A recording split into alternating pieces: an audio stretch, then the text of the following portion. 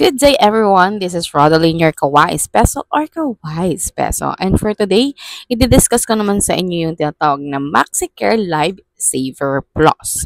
So, it has a coverage up to what? 50,000. For anong purpose? ER. Okay. Now, let's focus here. Ayan. So, from itself na sinasabi, MaxiCare Life Saver E Plus is an emergency coverage po leading for a confinement through MaxiCare partner hospitals. So, ibig pong sabihin, affiliated po ito with the MaxiCare hospitals. Okay? So, how much would it be? It's 6,999 or meaning 7,000 na rin po. Alright? So, again, you could use it for as a gift and then always put your email po as correctly of the person you will send this as a gift. And then there will be an instruction to put na doon sa email ni MaxiCare and then ipa-follow na lang po ng person na kung i-gift din po. And same as towards the procedure din po if ito ay for your family members or for yourself. Now, let's discuss regarding on the MaxiCare Life Saver E plus or yung tatawag natin may plus, okay? Emergency room coverage plus confinement with an access for a 6 major hospitals. So these are the St. Luke's, medical cities, and more. Okay? 6 po yun. So nabanggit ko 2. Later papakita ko po sino yung mga iba pa. Now, the details about this one are ang coverage is products, exclusions, limitations, list of affiliated MaxiCare hospitals, how to register, and how to use after registration. Now, the product highlights here po are this. Una, benefit of up to 50,000 coverage if may emergency po tayo. Emergency cases po ay yung 24 hours dapat maipasok sa ER. Okay? So, emergency room treatment including those requirement confinement in a regular private room po ang consideration natin. Treat as single usage per card po. Ibig po sabihin, ito po ha, ito po ay 1 year. Let's cover the 6,999. Okay. Now, in the 3rd year na meron po kayo or na-register nyo na, nagamit nyo po yung card for emergency purpose, the 50K, automatically, tapos na po yung card. Okay? So, question, Miss Rodeline, pwede po ba kaming bumili ulit? Yes, pwede po ulit. And again, it will roll over at the start. So, ibig ko sabihin, 1 year po ang counting po ulit nun. Not continuous of the 3rd month po, ha? Okay. Now, eligible for anong ages? 15 days old or newborn to 65 years old po. Life insurance with accidental death, dismemberment, and disablement up to 50,000 po ang coverage. Now, global emergency assistance services with an Assist America for members who are what? Traveling more than 150 kilometers from home or in the foreign country for up to 90 days. Meaning to say, pasok pa rin po siya in terms of needed an emergency assistance. Okay? Now, it is a valid, again, a year activation from the date of activation. Now, if you would ask, Miss Rods, kung June 18 ngayon, tapos, kailan po ang expiration? June 18 din po ng 2026? Yes, correct po.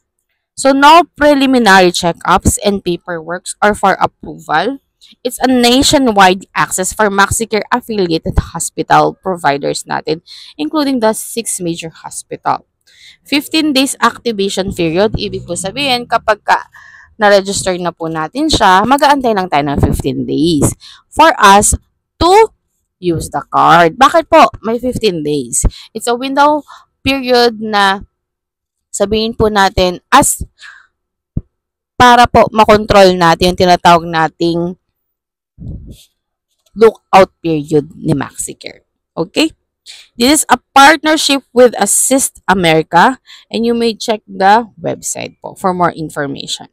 Now, coverage. Coverage for life-threatening conditions, illnesses, and or injuries, as well as unexpected onset of condition or illnesses that require immediate medical assistance or alleviation of pain, discomfort within, again, nabanggit ko po kanina, 24 hours. Kaya nga po ER, dapat within 24 hours window period, ipasok niyo po siya doon.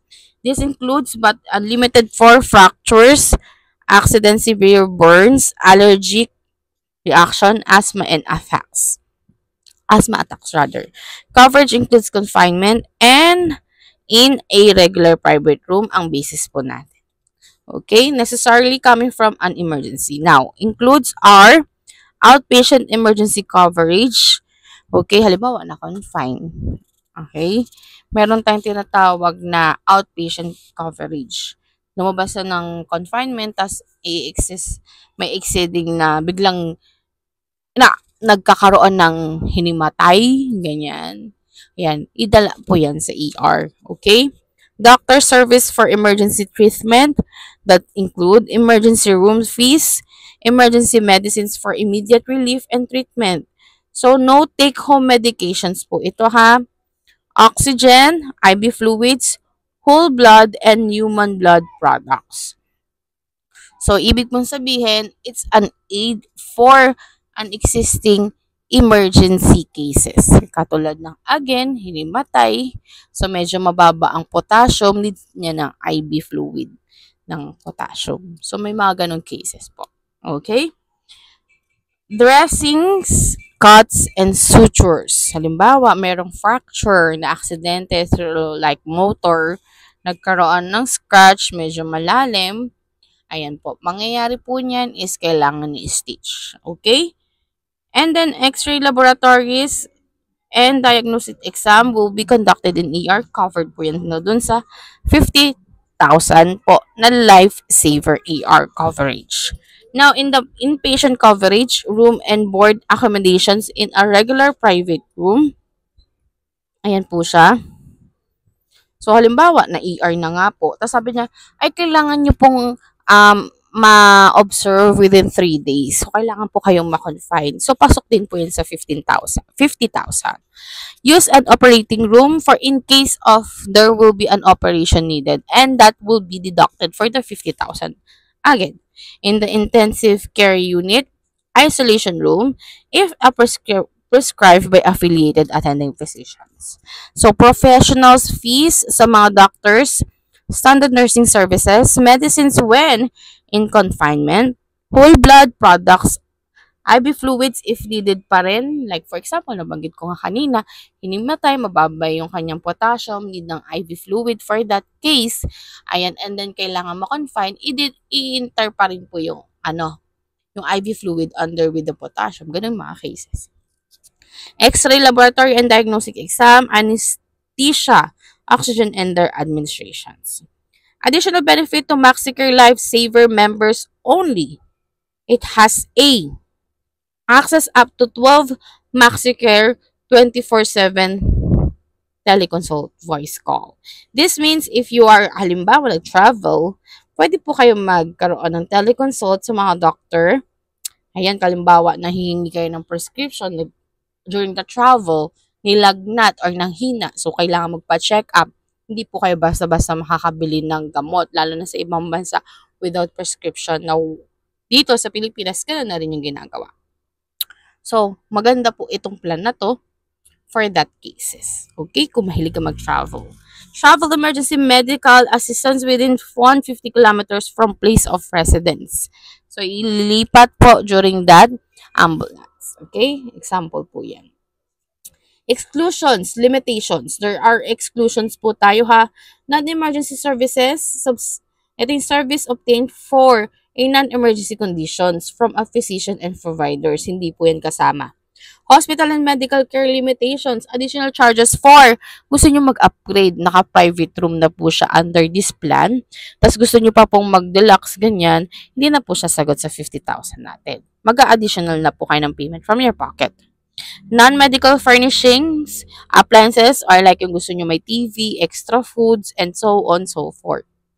Private or special nurse, gusto nyo po ng extra service, like itatawag nating extra nurse, na nag-focus po dun sa ating pasyente, ayan po ay out of your pocket na. Custodial or the convalescent and intermediate care, long-term rehabilitation, mental health development disorders or psychiatric care and long-term rehabilitation, developmental disorders, ayan, self-inflicted injuries, very no-no tayo dyan, from tattoos, resulting of body negligence kasi yan, sinaktan yung sarili mo. Alright? Injuries from professional sports, hazardous activities, na you know that there will be a case na hazard, yan po ay hindi natin titake cover. Injuries from riots, you know that there's a riot and you want to do na sumabay o sumama pa, makisawsaw pa doon. Pag nagkaroon ng palo or sometimes sabihin na nating nasaktan kayo or na-aksidente at kailangan dalhin sa hospital at ipapa ER po kayo, that's exclude na po. Okay? Cosmetics, aesthetics, ayan po. Yung pagpaparitoke, that's exclude po.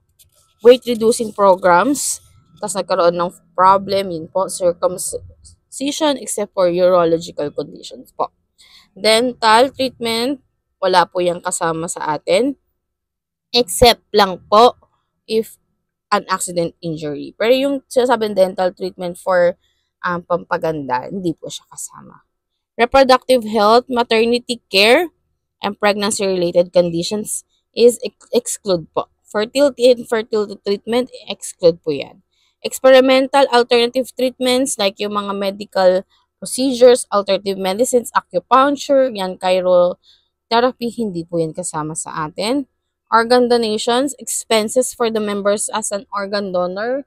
During an ER, there are cases na kailangan mag-donor or transfer operations with regards of organ donor. Hindi po siya pasok sa 50,000. It is exclude. It's from your pocket na po. Routine preventive care, employment, school insurance, travel, yan, physical examination, vaccines, immunization, including administrations, are excluded. Medical equipment supplies, purchase this durable medical equipment during covered inpatient care, corrective appliances, prosthetics, and orthotics. Take home outpatient medicines with some exceptions. Let me know and message me. And meron po magpa-pop up genetic, congenital, chronic dermatosis, diabetes, neoplasm, and gallbladder stones are also magpa-pop up din excluded. po dyan yung aking page Okay? and email Infectious address and disease, contact number. sexually Again, this is infectious Rodaline, your hepatitis kawaii B, special or kawaii B, special. specific treatment, therapy, ayan po yung IVIG, scoliosis treatment are again exclude, financial limitation cost exceeding the annual benefit o yung ABL, ito pong plan na to, 50,000. Medical legal case is hindi po tayo kasama dun sa 50,000. So meaning to say, kapag halimbawa yung case an emergency is a case of need a medical legal, it's out of your pocket na po. Okay? Now, provider access. So, ito yung sinasabi nating 6 major hospital. Hindi na nabanggit ko na po yung St. Luke's Medical City. So, may dalawa po tayong St. Luke's, Bonifacio, and Quezon. So, that's A3 na. Makati Med, Cardinal Santos Asian Hospital Medical Centers. These ay tatawag natin, kung may 5-star hotel, meron ding major hospital na parang high class, yung sabihin natin, high class hotels. And also, how to activate your MaxiCare Lifesaver. Ito yung sinasabi natin ha. After purchasing online shop, yun sa link po na isinesend ko or dun sa voucher QR, ayan po, may reference number po yan. Okay? And then, pagkatapos po nun, the member's registration period is up to 3 months. Yung waiting po upon purchase. Halimbawa, binili nyo po ng June 18. So, as a gift po siya. So, mag-run through tayo ng 3 buwan. July, August, hanggang September. Pero wag niyo naman pong saktuhin na September 18. So, in that lookout period, ay sabihin natin, hindi naman lookout period, I mean, grace period na sabihin na nating gift siya within this time or length ng 3 months, ma-register na po siya at maibigay dun sa kung sino nyo po iririgalo. Okay? Kasi po, mawawalan na po ng kwenta or sabihin na natin, wala na po siyang value. Hindi nyo na po mara-register. Hindi na po magagamit yung binili nyong card. Okay. Now, via online, meron po tayo tinatawag na online card registration page. Member viewpointmaxicare.com. Diyan po nyo i-activate yun. Ayan po. And then, enter lang po yung reference number na ma-receive nyo via email after the payment. And then, also, importante yung email po, dapat accordingly na laging gamit or activated po, or active. Once successful registered, ayan, makaka-receive po kayo ng e-card in your email. Why it's e-card? Again, electronics card po siya. But, bakit maganda yung e-card na lang tayo? Kasi lagi pong dala ang phone. Ang physical card, minsan nakakalimutan. Kaya, ang MaxiCare is, ang nire-recommend natin is e-card talaga. Okay? Pwede nyo po yung screenshot and then, pwede rin nyo po i-print if you like do. Magkaroon kayo ng copy. Your membership will be activated upon 15 days successful registration. The card, again, is not transferable po. Kung kay Juan, ay kay Juan po. Okay? Kung kay Jose, kay Jose. So, hindi pwedeng pahiram ni Juan kay Jose yung kanyang membership card as lifesaver. Hindi po pwede po yun. Again, if halimbawa, si Juan gusto niya regaluhan si Jose, bibili siya ng panibagong card para kay Jose. Okay? So, my membership is valid up to 1 year from the date of activation. Nabanggit na po natin. So, what will you do if you will go to the MaxiCare Clinic? Pakita lang po yung MaxiCare e-card natin or na-email sa atin na card or screenshot that should be with a valid ID po na kayo po mismo ay may-ari ng card. Okay? Kasi hindi natin pwedeng i-transfer or ipahiram. No card or e-card na ipapresent sa ating clinics and no valid IDs, mag-partner po kasi yon, hindi po kayo makakapag-book for consultation in laboratories. Okay? Now, subject for your 15 days pre-lookout period, sabi ko nga po yon, you may refund if hindi pa po talaga nagagamit. Okay?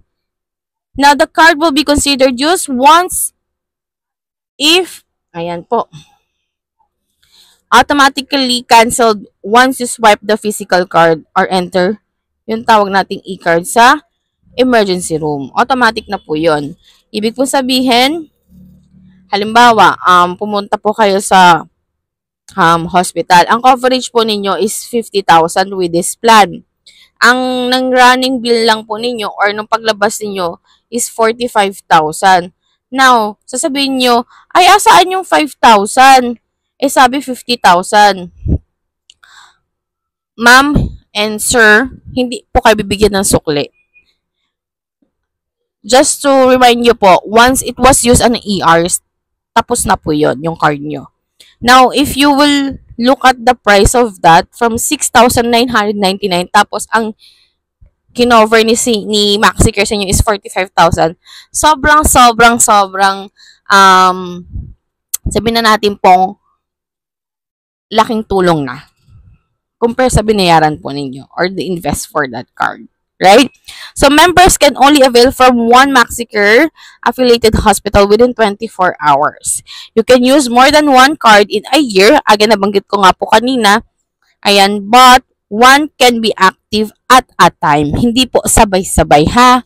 So, ibig sabihin, kapag natapos yung isang card na ER, magpa-activate ulit, bili po ng isa, activate for 15 days, waiting for lookout period, and then tsaka pwede pong gamitin. Alright. Now, members can register another card under the following condition. Ito po yung nabanggit ko kanina. And if without any availment 1 day after the expiration. And yun yung ina-advise natin lagi ito. Kapag alam nyo po mag-expire na 1 day before the expiration, pwede na po kayo bumili ng card or yung e-card. And then, para mas malas yung ating tinatawag nating waiting period. Now again, if you have any questions regarding on the Lifesaver Plus, you can message me or send me tatawag nating call or email dun po sa email ko po. Andito po yun sa comment section or the description section. Again, this is Radeline, your Kawais Peso or Kawais Peso. Also, if you want to purchase this plan, click lang po yung link doon sa comment section or scan the QR that will appear po sa screen niya. Thank you and have a great day.